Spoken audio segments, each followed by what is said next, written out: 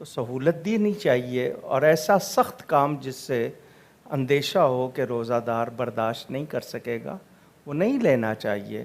ٹھیک، مثلاً کھلی آسمان میں دھوپ میں ایسا کام اس کے لیے دشوار ہوگا، بلکہ حضور صلی اللہ علیہ وسلم قیدیوں کو رہا فرماتے تھے اور اچھا۔ کتنی مہربانی کرتے تھے۔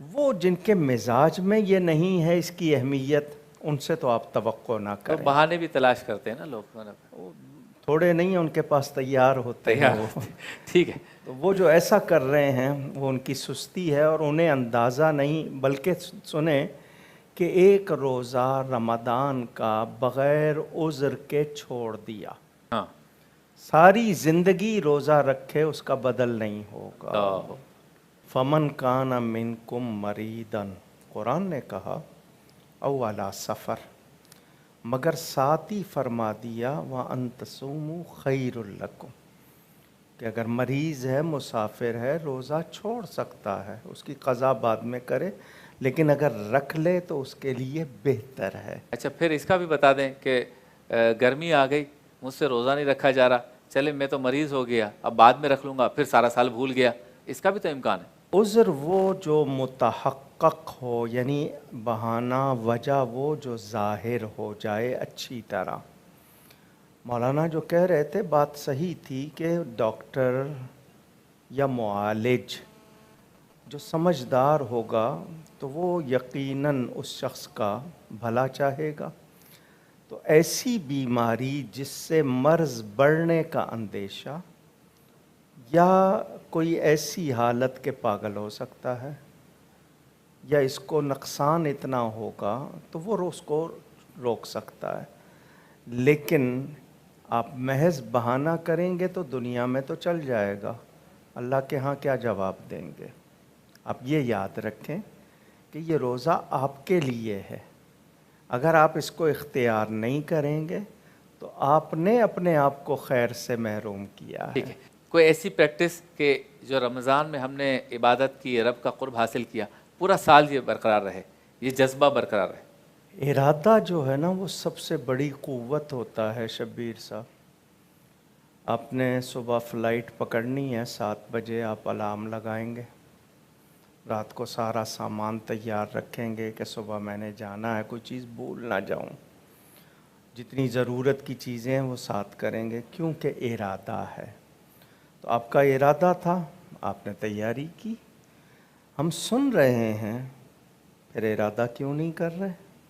اس کا مطلب یہ ہے کہ میرے ارادوں پر میں نے کسی ایسی چیز کا پردہ ڈال دیا ہے، یا کوئی اور چیز غالب کر دی ہے جس نے مجھے حقیقت سے اوجل کر دیا ہے۔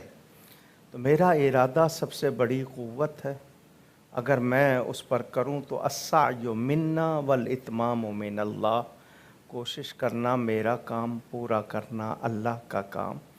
ہم جب حج کے لیے کہتے ہیں نا فیسر لی، یا اللہ اس کو میرے لیے آسان کر، تو پہلے میں تیاری تو کرتا ہوں نا، صحیح، پھر کہتا ہوں اس کو آسان کر۔ تو میری ارادہ ہی نہیں ہے، میں تو انتظار میں ہوں کب رمضان جائے اور میں پھر وہی اپنی روٹین لاؤں، تو میں نے تو پھر کچھ نہیں کیا۔ تو ہم سنتے ہیں، اندر نہیں اتارتے، اور جو بات اندر اتر جاتی ہے پھر وہ زندگی کا حصہ بن جاتی ہے۔ اچھا اس میں تلاوت کلام پاک کی جو بات ہے کہ لوگ کثرت سے اس میں تلاوت کلام پاک کرتے ہیں، آپ ان کو کیا مشورہ دیں گے؟ ترجمے کے ساتھ پڑھیں، تفسیر کے ساتھ پڑھیں، یا ویسے بھی اس کا پڑھنا باعث ثواب ہے؟ تو پورا سال اگر یہ جذبہ اپنے اوپر طاری رکھنا ہے تو ترجمے سے پڑھنے والی بات جو بعض علماء کرام فرماتے ہیں، آپ اس کے بارے میں کیا کہتے ہیں؟ صرف قرآن کے الفاظ پڑھنا یہ کوئی ہلکی بات نہیں ہے، یہ الفاظ ہی تھے نا جو سن کر دوسروں پر کیا کیا اثر ہوئے۔ صحیح، اللہ کا کلام ہے، تو کوئی یہ سمجھے کہ بغیر ترجمے کے پڑھنے کا کوئی فائدہ نہیں، تو ایسی کوئی بات نہیں ہے۔ اچھا، لیکن اگر کوئی سمجھتا ہے، کیونکہ اس کے لیے حکم ہے نا کہ اس کو پڑھو، سمجھو اور عمل کرو، صحیح، تو سمجھنے کی کوشش کرنا اور بہتر ہے، پھر اس پہ عمل کرنا اور بہتر ہے۔ لیکن کوئی یہ کہے کہ پڑھنے کا کوئی فائدہ نہیں، ایسی کوئی بات نہیں ہے۔ اور ترجمے کے ساتھ پڑھنے کی افادیت پھر ترجمے میں بات یہ ہے کہ ترجمے میں ایک حد تک آپ کو فہم کے معنی سمجھ کے ہیں، ایک حد تک سمجھ آئے گا جب تک استاد نہ ہو، کیونکہ آپ پڑھ تو رہے ہیں، ہو سکتا ہے کسی لفظ پر آپ کو پوری طرح اس کی تفہیم سمجھ میں نہیں آ رہا ہے وہ، تو آپ کیا کہیں گے؟ تو استاد سے پڑھنا، پھر ترجموں میں ہی تو گڑبڑ ہوتی ہے۔ اب مثال کے طور پر وما ارسلناک الا رحمۃ للعالمین، بڑی مشہور آیت ہے کہ ہم نے آپ کو تمام جہانوں کے لیے رحمت بنا کر بھیجا۔ ٹھیک ہے، اب ایک صاحب نے ترجمہ لکھا ہے ہم نے آپ کو مضامین نافعہ دے کر بھیجا۔ پہلے تو اس کا ترجمہ کر لیں۔